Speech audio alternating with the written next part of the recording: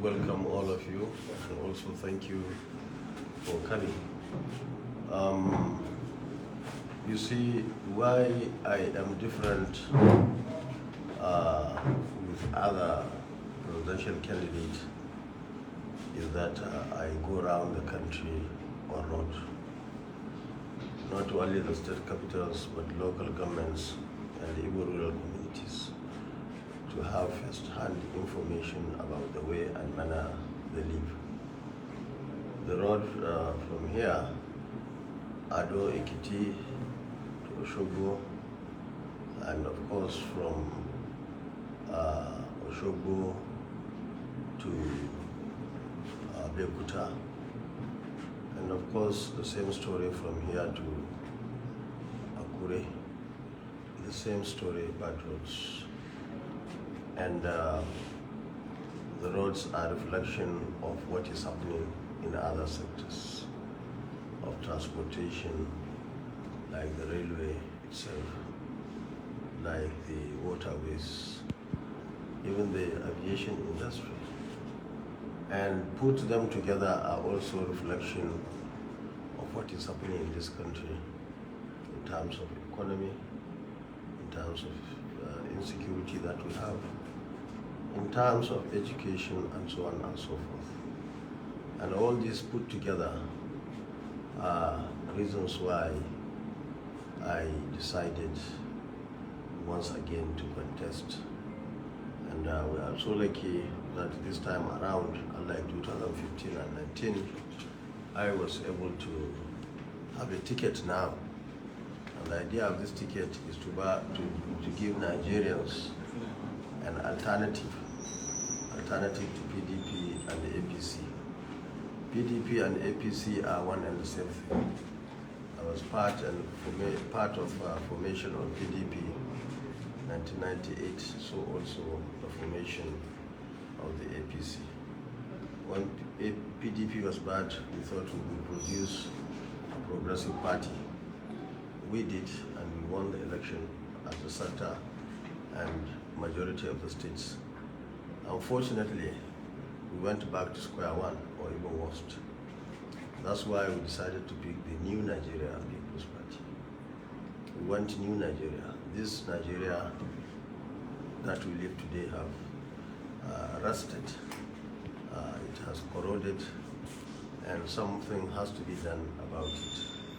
So I'm so happy that we have this our party NNPP, and I'm also happy that all Nigerians, especially those who believe in earning their living, especially the masses, women and young men across the country, are trooping into the NNPP by the day. NNPP today is the only party that is growing. PDP and APC, as far as we are concerned, they are dead, they are finished. Even the other parties, some of them, we have seen them at a particular time going very high, especially in the social media and so on. It is only NNPP that is growing, is on the ground. And that's why when people are saying that there will be a runoff in 2023, well, if the election were to be tomorrow or today, probably that is correct. But we are growing, and other parties, of course, are coming down. And therefore, by 2023, by the grace of God, on 25th of February, NNPP will win the election as being prescribed by the Constitution of the Federal Republic of Nigeria, meaning we'll get the 24 states, 25% in 24 states. And one thing that is clear even today, no one party today can get as many votes as NNPP. PDP has been wounded in the southeast by emergence of some parties. Of course, in the north, we are able to cage PDP. So also in the south, the lion there in River State has succeeded in ravishing the party, especially on the presidential election. And that's why we believe PDP is going nowhere. And APC, we believe that no right-thinking masses or people who are unliving will go and vote for status quo, meaning this terrible situation to continue. So we believe, therefore, that it is our party that is growing, and it is our party that will win the election by the grace of God next year. And on the issue of Commander-in-Chief, I can tell you, I will remind you that I was Minister of Defense and advisor to President on Darfur and Somalia. And during our time, this country, especially our armed forces, were very strong. We are not even thinking of this nonsense that is happening today in this country. At that time, not only we were protecting ourselves, but we were even protecting other nations. During our time, we have our military in Sierra Leone, we had our military in Liberia, we had our military in Darfur, in Sudan, keeping peace. And they did it very well, gallantly. And we are so proud of them. And they are the same military that are there today. But you see, everything goes with the state of mind and political will of the leaders, the political leaders. That's why today so many things have gone wrong in the area of security. And therefore, that's why in our blueprint, we decided to say, look, this military is too small in terms of number. We will increase the number by 4 folds, to about 250,000 to about 12 million. And also the same thing with the police, about 230,000 to 1 million. One, we take advantage of employing or engaging our young men and women across the country. Two, we have to dominate everywhere. We have to take over every square meter in this country.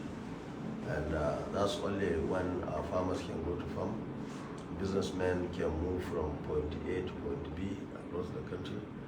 And of course, that's why businesses will thrive and the economy will go back on track.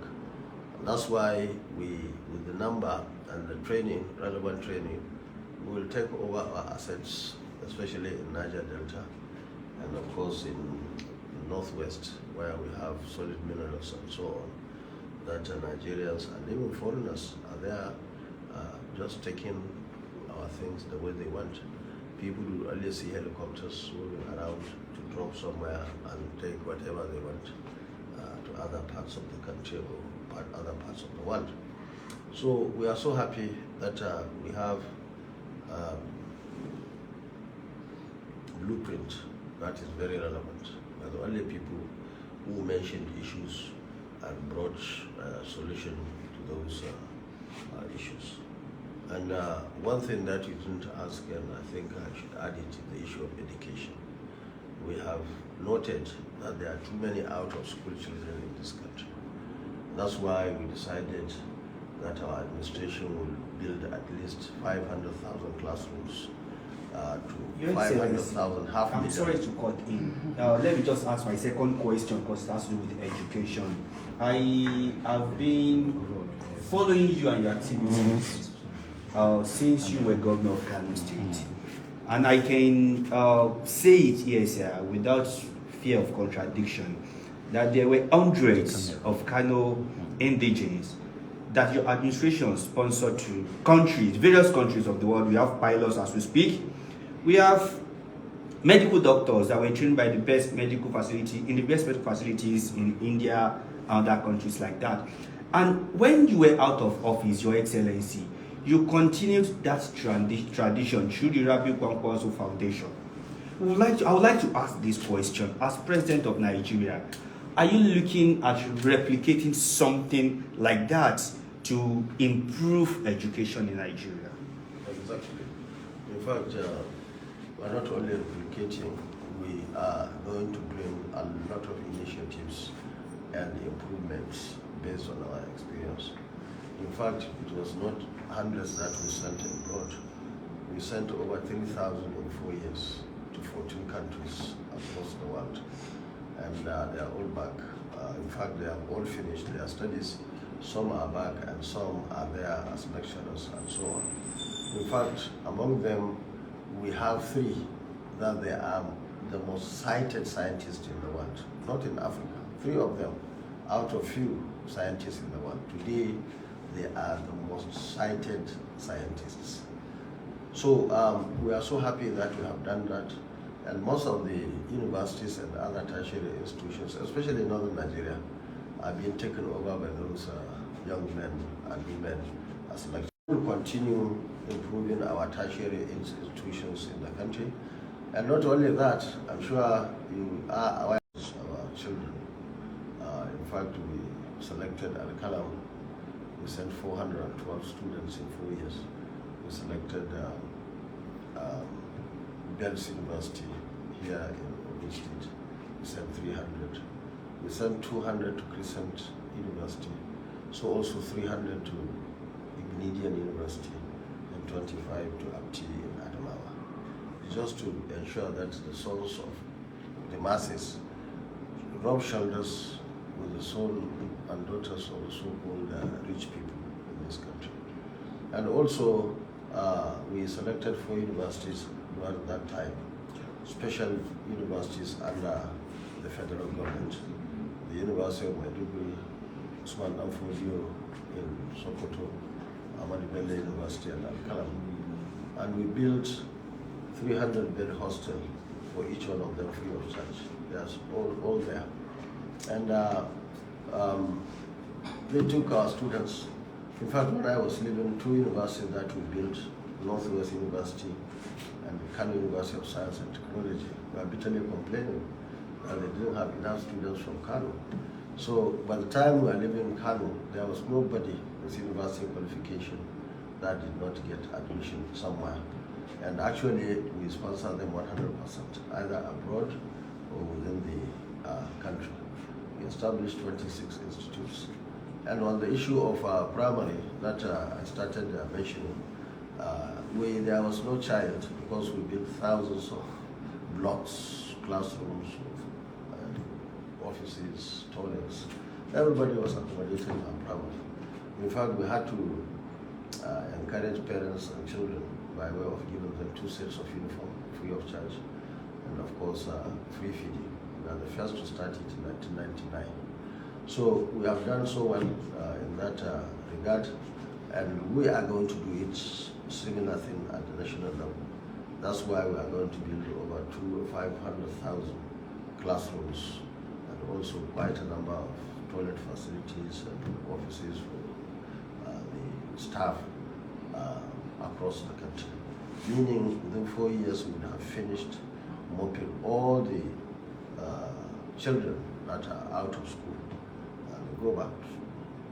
We owe our children the responsibility as leaders to help them have an education, not minding the social status of their parents. It's not their fault that they are born by people. In fact, it's the fault of the leaders that were not able to lift their parents from below the poverty line upwards. So we have decided to do that. We will make sure that we have enough schools, secondary schools, technical schools, and so on, to absorb the children from primary school, just like we did in Kano State. So I'm so happy that we have succeeded in the area of education in Kano. And that's why many years back, when we left immediately, we started graduating our students both locally and abroad. We had the number of NYSC, we had the largest number of people with postgraduate studies today from Kano. So that's what we want to do. We will continue expanding our universities, upgrading the facilities and equipments and so on. So we are going to be very keen and very serious about education in 2023, God willing. So away from this, the CBN policy, what can you say about the new policy that the CBN is proposing? Now, you see, under normal circumstance, government shouldn't go into that now. The time is too short. I think they are likely going to rush so many things, and so many people are going to face a lot of problems. Even those with the resources, I'm not even talking of the poor ones who have nothing to take to the bank, who are the majority. And life will be very tough. And that's not the work of good government. Good government should always try and make its people happy, comfortable. Of course, that's the only way our people can respect government, can love government, and give all the necessary support. Because even in the security issues we are having today is based on the fact that many people are angry, many people are not carried along. Whatever they see, they cannot say it because they don't even know who to tell. And that's why it's always good to carry your people. Now, in the next couple of months, up to the time of election, I'm sure we are going to see a lot of difficulties in this country, in addition to the ones that we are experiencing. And in my opinion, the Nigerians don't deserve that. There are many ways of improving the economy. There are many ways of improving the value of Naira. If you want to improve it, many things. Improve power supply. Improve many other areas. Give the right incentive or support to manufacturers. Give the support to people who are willing to open new businesses, create job opportunities, and so on and so forth. Unlike what is happening now, where everything is being imported, everything you have to look for dollar, while we can produce a lot in this country, especially food. What I have seen across this country in terms of land, good quality land for agriculture, in terms of water, rain, in terms of sunshine, which is necessary for the growth of crops, we have everything. And we have farmers who are willing, who are determined to help themselves, to help this country. But they will ask you, where can they get the fertilizer? Do you know the cost of a bag of fertilizer today? Where can they get other farm inputs? Nobody is talking about it, about all those things. So to the extent that government allowed everybody to come and take anything from Nigeria to export it raw, instead of processing them, instead of adding value to create job opportunities for young men and women. So all these are the issues that we are facing today. And that's why we have decided in our blueprint, which is available online, that we thought it was necessary to form what we call community participation and orientation committees in all the 8,809 wards that we have today in this country. So we are very happy that we have done that. And the combination, of course, is there. It involves the traditional ruler. I think in this part of the country we call them Bali or something. They are part of it at one level. Of course, traditional rulers at all levels, ward, local government, state, and of course the national level. And representative of the young men and women, each will have representation, even in representation of people with disability, representative of women, and so on and so forth. So we have 11 people. Our party, NNPP, will be there at all levels, and of course any other major party at that level also. So we have a very comprehensive arrangement in our blueprint to ensure that the one will ensure that we will hit the ground running to ensure the success of our government. Thank you very much. Thank you.